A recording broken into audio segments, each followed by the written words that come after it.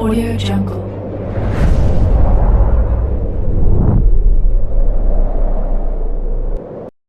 Halo teman-teman, selamat datang di Manhwa TV.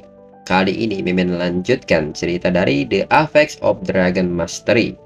BTW yang nyari episode sebelumnya Mimin tempel di deskripsi beserta dengan playlistnya. Dan jangan lupa untuk join saluran WA untuk update terbaru dari Mimin. Linknya ada di deskripsi. Tanpa berlama-lama, yuk kita masuk ke alur ceritanya.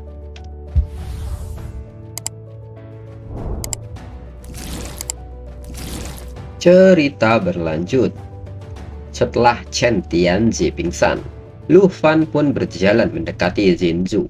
Jinzu pun menanyakan sikap Lu Fan yang mendekatinya dan memintanya untuk tidak terlalu sombong.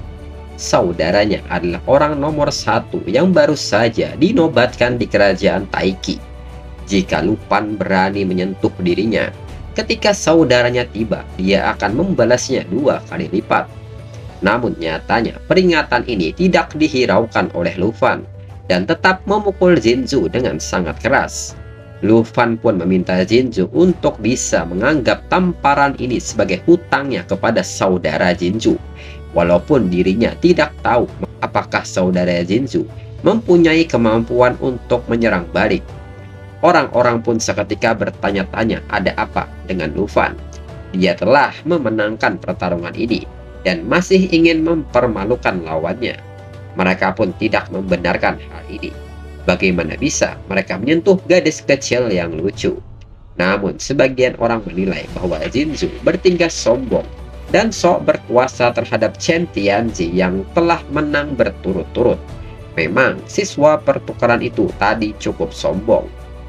Kemudian Zhao Shenbing pun meminta semua orang untuk tenang. Dengan ini dirinya mengumumkan bahwa pertandingan telah berakhir. Lu Fan dan Jian Ying adalah pemenang pada pertandingan ini. Lalu Zhao Shenbing pun berpesan kepada Guhan untuk menyuruh Lu Fan agar segera datang ke kantornya dan terus mempersiapkan pertandingan tim berikutnya. Guhan pun mengerti maksud dari Zhao Shenbing.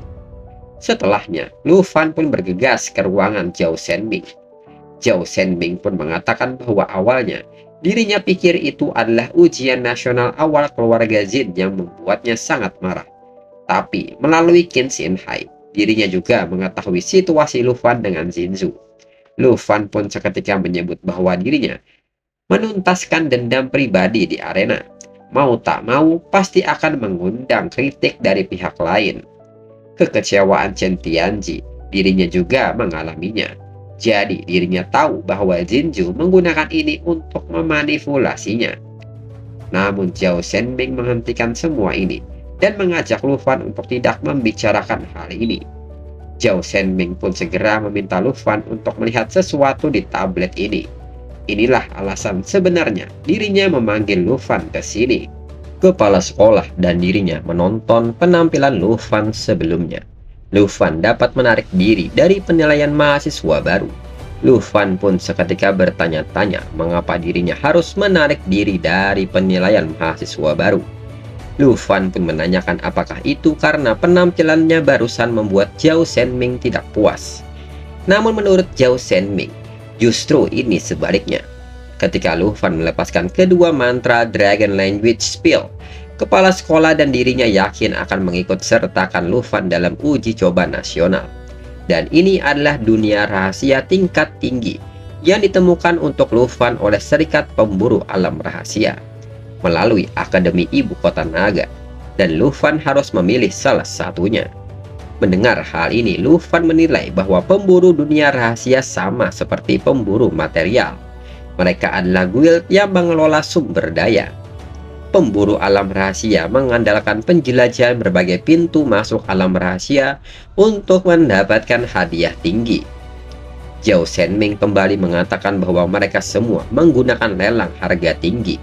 Lu Fan bisa memilih satu dan sekolah akan menawarkannya dari guild mereka. Namun Lu Fan menyebut bahwa harga awal di sini terlalu tinggi. Zhao Shenbing pun mengatakan bahwa Akademi Ibu Kota Naga tidak pernah berhemat dalam uji coba nasional. Sumber daya yang dijanjikan kepada Lu Fan pasti akan terjamin. Lalu seketika Lu Fan pun menemukan alam rahasia yang dia inginkan dan segera menunjukkan kepada Zhao Shenbing bahwa dirinya memilih alam rahasia The Flying Dragon Cemetery level 55 ke atas dengan tingkat kesulitan Nightmare. Keesokan harinya di semifinal penilaian mahasiswa baru di arena Akademi Ibu Kota Naga, Zhao Shenming mengatakan bahwa untuk pertandingan semifinal antara tim nomor 1 Lu Fan dan Jian Ying melawan tim nomor 3 Jiang Fengyun dan Su Jing, tim Lu Fan dan Jian Ying mengundurkan diri dari pertandingan karena ditugaskan kembali. Seketika hal ini membuat orang bertanya-tanya apa yang sedang terjadi. Mereka tidak terima Lu Fan mengundurkan diri. Mereka khusus datang ke sini hanya untuk menyaksikan pertandingan Lu Fan. Beberapa orang pun mengaitkan kejadian pengunduran diri ini atas pertandingan Lu Fan kemarin. Di tempat yang sama, Xiaomen yang mendengar hal ini menyebut bahwa ini adalah rumor yang menjengkelkan. QQ pun meminta Xiaoman untuk mengabaikannya. Lu Fan dan Jian Ying seharusnya sudah memasuki dunia rahasia tersebut. Kemudian di tempat lain di Giant Wood Forest, sisi luar The Flying Dragon Cemetery, Lu Fan pun seketika meminta maaf kepada Jian Ying. Bekerja sama dengan dirinya berarti Jian Ying juga tidak dapat melanjutkan kompetisi. Jian Ying tidak masalah dengan hal tersebut. Lagi pula, Akademi mengatakan bahwa mereka dapat mempertahankan kelas biru dan 10.000 poin mereka. Jadi Lu Fan tidak perlu meminta maaf untuk hal ini. Selain itu, Jian Ying juga menyebut bahwa bisa datang ke dunia rahasia yang langka dan dirinya seharusnya berterima kasih. Semua hadiah di dunia rahasia adalah milik Lu Fan. Poin pengalaman sudah cukup bagi dirinya. Lu Fan pun mengerti Jian Ying tidak suka berhutang budi. Di saat yang sama, seseorang menegur Lu Fan dan Jian Ying. Lu Fan pun segera menanyakan identitasnya. Orang tersebut segera turun dari atas pohon dan meminta mereka untuk tidak khawatir.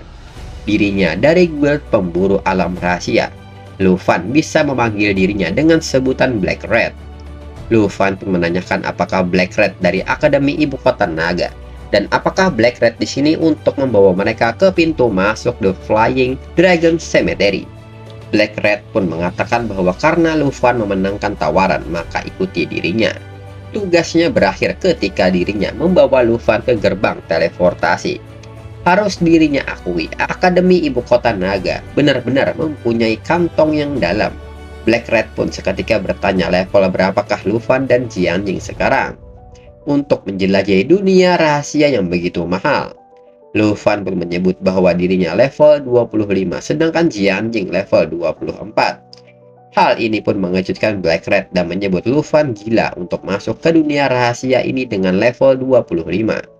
Dunia rahasia ini memiliki tingkat Nightmare. Dan untuk level 55 ke atas, Black Red pun akan mencoba menghubungi Akademi untuk mengkonfirmasinya. Mereka pasti telah melakukan kesalahan, mengirim dua orang yang bahkan belum mengalami transformasi kedua untuk mati. Lu Fan pun seketika mengatakan untuk tidak perlu membuang waktu untuk ini. Tiba-tiba sebuah serangan datang dari balik pohon hingga membuat pohon itu terbelah. Segera Lu Fan, Jian Ying, dan Black Red lari untuk menghindari pohon yang jatuh. Dengan cepat Lu Fan mengaktifkan skill Blue Dragon King Roar, di mana Lu Fan melancarkan serangan guntur ke depan, menyebabkan kerusakan besar dan efek paralis. Dan serangan ini tepat mengenai monster burung yang menyerang mereka. Black Red pun kaget melihat skill yang digunakan Lu Fan dan bertanya-tanya, skill apakah itu? Black Red juga tidak percaya bahwa Lu Fan benar-benar level 25, serta monster itu adalah Green Winged Dragon Eagle level 50 dan monster itu mati instan.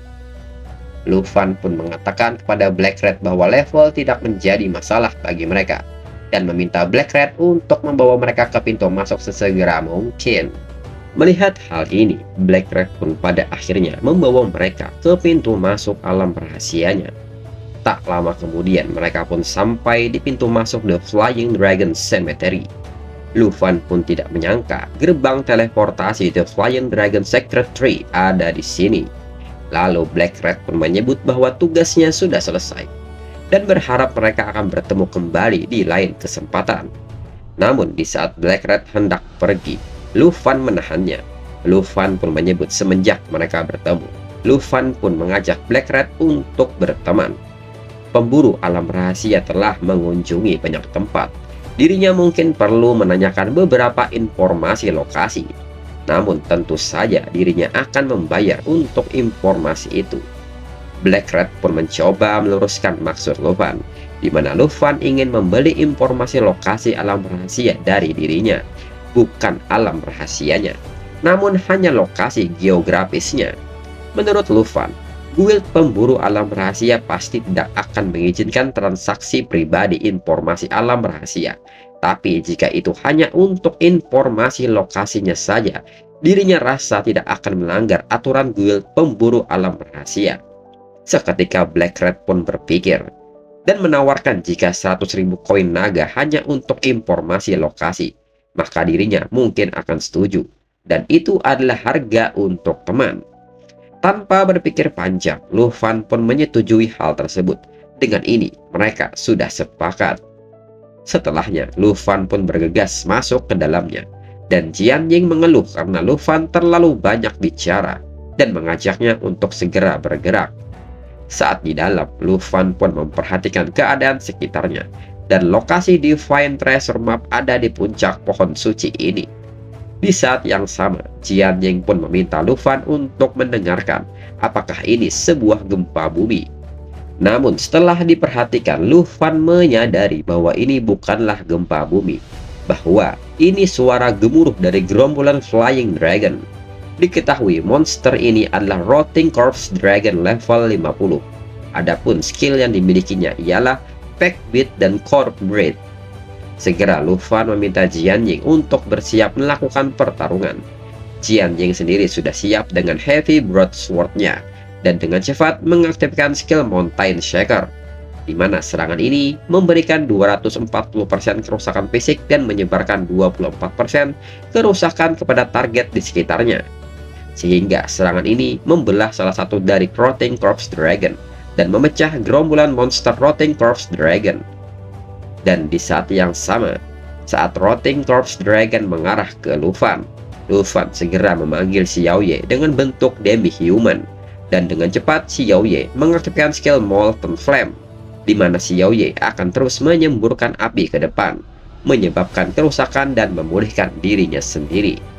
Di sisi lain, Jian Ying dengan terampil menghindari semua serangan Rotting Corpse Dragon dan segera memberikan teknik serangan lainnya dengan nama Armor Break, di mana serangan ini mengabaikan 32% pertahanan lawan saat mengakibatkan kerusakan.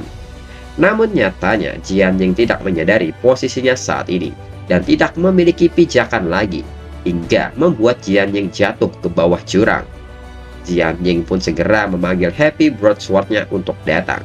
Namun nyatanya saat ini Rotten Corpse Dragon juga datang ke arah Jian Ying. Menyadari hal ini, Jian Ying merasa Heavy Broadsword-nya tidak akan datang tepat waktu. Dan di saat itu, Lu Fan pun segera melompat untuk menolong Jian Ying. Dan di saat yang sama, Lu Fan telah mengaktifkan teknik serangannya yaitu Dragon Fang Strike dan berhasil membelah Rotting Corpse Dragon. Segera Lu Fan meminta Jian Ying untuk memegang tangannya. Saat berhasil meraihnya, segera Lu Fan menancapkan senjatanya ke dinding jurang untuk memperlambat jatuh mereka hingga mereka berhasil berhenti. Lu Fan pun meminta Jian Ying untuk berhati-hati. Tujuan mereka bukanlah di bawah sana. Jian Ying pun tersenyum dan dirinya lagi-lagi diselamatkan oleh Lu Fan. Saat mereka masih bergelantung, Jian Ying mendengar suara auman dari seekor naga dan bertanya-tanya apakah ini dari Rotting Corpse Dragon. Namun Lu Fan menyebut ini bukan dari Rotting Corpse Dragon. Suaranya berasal dari bawah.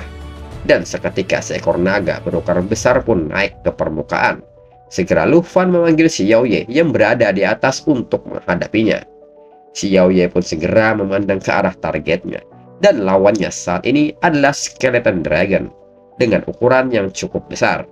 Dan untuk episode selanjutnya tunggu sekitar 2 minggu lagi biar Mimin kembali menabung kapternya. Sekian dan terima kasih.